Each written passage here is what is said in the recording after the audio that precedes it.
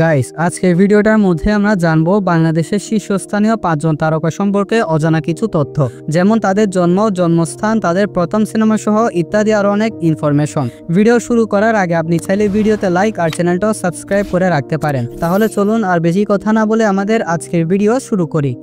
প্রথমে আসি শরীফুল রাজের কাছে। বর্তমান ঢালিউড ইন্ডাস্ট্রিতে শাকিব খানের পরে বেস্ট কমার্শিয়াল হিরো নিঃসন্দেহে শরীফুল রাজ ইতিমধ্যে বেশ কয়েকটা সিনেমার মাধ্যমে নিজেকে প্রমাণ করেছেন তিনি কমার্শিয়াল সিনেমার জন্য অন্যতম পারফেক্ট চয়েস। তিনি 1991 সালে 18 নভেম্বর ব্রাহ্মণবাড়িয়া জেলার কসবা থানার আলমপুর গ্রামে জন্মগ্রহণ করেন। বর্তমানে তার বয়স হচ্ছে 33 বছর। 2012 সালে মডেল হিসেবে ক্যারিয়ারের যাত্রা শুরু করেছিলেন শরীফুল রাজ। আর 2016 সালে আইসক্রিম নামে তার প্রথম সিনেমা রিলিজ করা হয়, যেই সিনেমাটা পরিচালনা করেছিল রিদওয়ান রনি। আর ক্যারিয়ারের সফল সিনেমাগুলো হচ্ছে পরাণ, হাওয়া, দামাল, ওমর এবং ইনসাফ। 17 অক্টোবর 2021 সালে তিনি পরিমণির সাথে বিবাহ বন্ধনে আবদ্ধ হন এবং 2023 সালে 18 সেপ্টেম্বর তাদের অফিসিয়াল ভাবে ডিভোর্স হয়ে যায়। পরাণ, হাওয়া এই সিনেমাগুলোর মাধ্যমে তিনি ঢালিউডের অডিয়েন্সের কাছে ব্যাপক জনপ্রিয়তা অর্জন করে নিয়েছিলেন। বর্তমানে ঢালিউড ইন্ডাস্ট্রিকে যে 5 জন অভিনেতার সামনের দিকে এগিয়ে নিয়ে যাচ্ছে তাদের মধ্যে শরীফুল রাজের অবদান অন্যতম।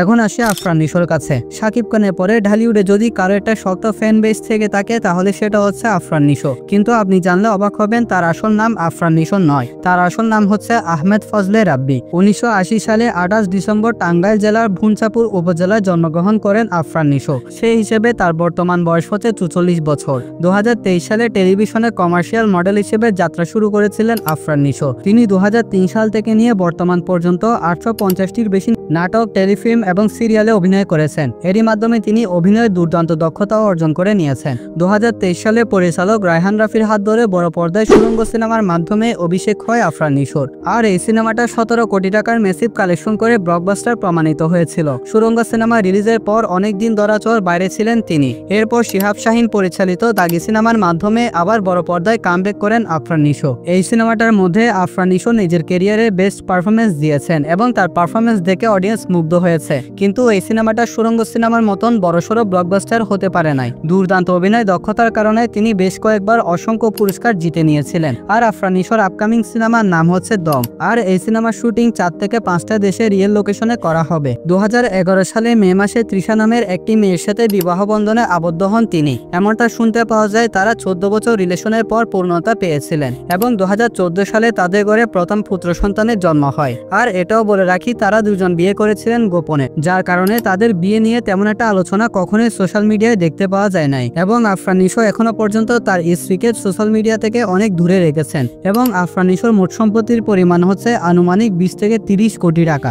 এখন আসি সিয়াম আহমেদের কাছে। বর্তমানে আমাদের ঢালিউডে উদীয়মান তারকাদের মধ্যে সিয়াম আহমেদ অন্যতম। সিয়াম আহমেদের মধ্যে যেমন দুর্দান্ত অভিনয় দক্ষতা রয়েছে, তেমনিভাবে অভিনয়ের প্রতি প্রচন্ড ডেডিকেশনও রয়েছে। 1990 সালে 29 মার্চ ফিরোজপুর জেলায় জন্মগ্রহণ করেন সিয়াম আহমেদ। সেই হিসেবে তার বর্তমান বয়স হচ্ছে 35 বছর। 2012 সালে রবি কোম্পানির একটি বিজ্ঞাপনের মাধ্যমে ক্যারিয়ারের যাত্রা শুরু করেছিলেন সিয়াম আহমেদ এবং 2013 সালে তার প্রথম টেলিফিল্ম অর্থাৎ নাটক রিলিজ করা হয়। তারপর তিনি অসংখ্য নাটকে অভিনয় করার মাধ্যমে দর্শকের কাছে ব্যাপক জনপ্রিয়তা এবং প্রশংসা অর্জন করে নেয়। 2018 সালে ডিরেক্টর রায়হান রাফির হাত ধরে পোড়ামন 2 সিনেমার মাধ্যমে বড় পর্দায় অভিষেক করেন সিয়াম আহমেদ এবং সৌভাগ্যবশত এই সিনেমাটা দর্শকের কাছে এবং বক্স অফিসে ব্যাপক সফলতা অর্জন করে।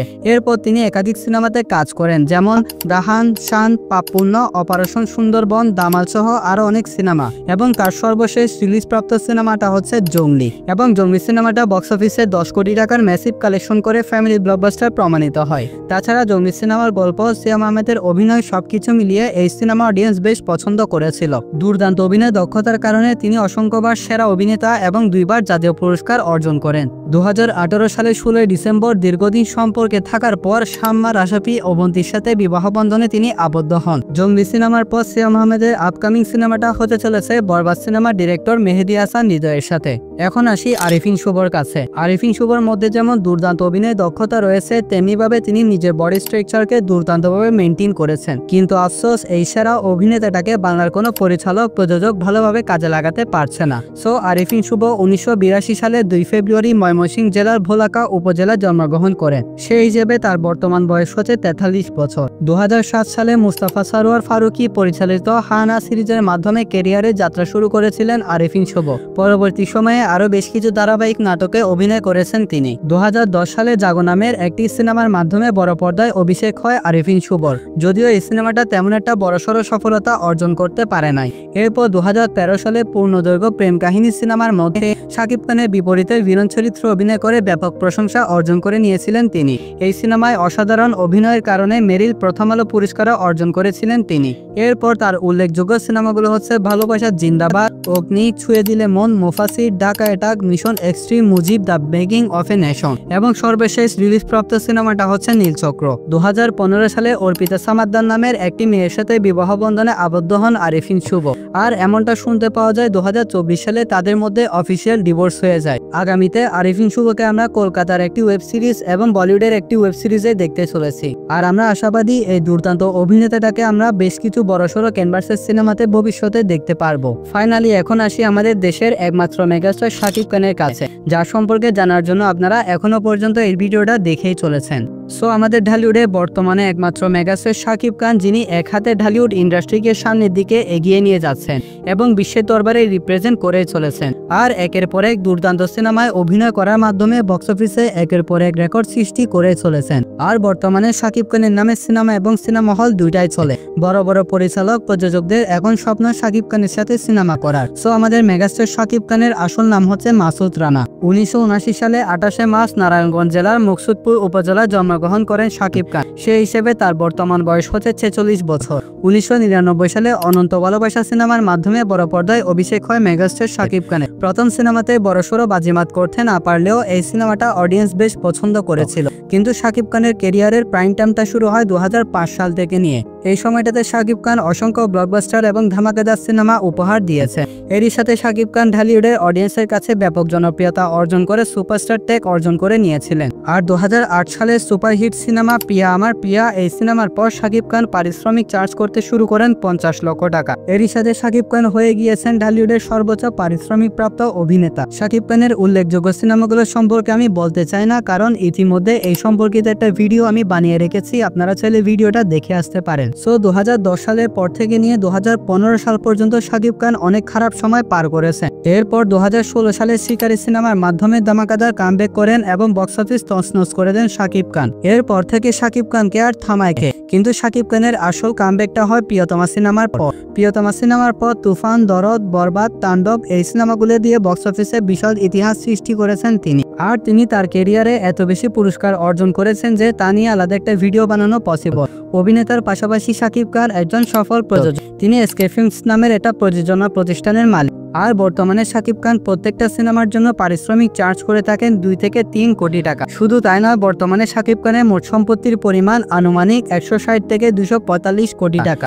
2008 সালে 28 এপ্রিল অপু বিশ্বাসের সাথে বিবাহ বন্ধনে আবদ্ধ হন মেগাস্টার শাকিব খান। কিন্তু 2018 সালে হঠাৎ করে কোনো এক অজানা কারণে অপু বিশ্বাসের সাথে শাকিব খানের ডিভোর্স হয়ে যায়। এরপর শাকিব খান বুবলির সাথে বিবাহ বন্ধনে আবদ্ধ হয়। বর্তমানে মেগাস্টার শাকিব খান ঢালিউডের চলচ্চিত্র অঙ্গনে এক উজ্জ্বল নক্ষত্রের নাম। আর শাকিব খানের আপকামিং একাধিক সিনেমার জন্য অডিয়েন্স এখন থেকে সুপার লেভেলের এক্সাইটেড। এবং শাকিব খানের আপকামিং সিনেমাটার নাম হতে পারে ব্ল্যাক কিংডম অথবা once upon a time in Dhaka. So Shakib খানের জীবনী নিয়ে অলরেডি আমি একটা ভিডিও আপলোড করে রেখেছি, আপনারা যারা সেই ভিডিওটা দেখেন নাই অবশ্যই আমার চ্যানেলে গিয়ে দেখে আসতে পারেন। সো গাইস, এটাই ছিল আজকের ভিডিওটা কেমন লেগেছে সেটা অবশ্যই কমেন্টে জানাবেন। আর আজকের ভিডিওটা আমি বানিয়েছি উইকিপিডিয়া থেকে তথ্য সংগ্রহ করে, তাই এই ভিডিওটার মধ্যে অসংখ্য ভুল ত্রুটি থাকতে পারে, তাই অবশ্যই ভুল ত্রুটিগুলো ক্ষমা সুন্দর দৃষ্টিতে দেখবেন। আর যদি এই ভিডিওটা ভালো লাগে তাহলে অবশ্যই ভিডিওতে লাইক আর চ্যানেলটাও সাবস্ক্রাইব করে রাখবেন। তাহলে পরবর্তী ভিডিওতে আবার দেখা হচ্ছে, ততক্ষণ ভালো থাকবেন, সুস্থ থাকবেন, টেক কেয়ার, আল্লাহ হাফেজ।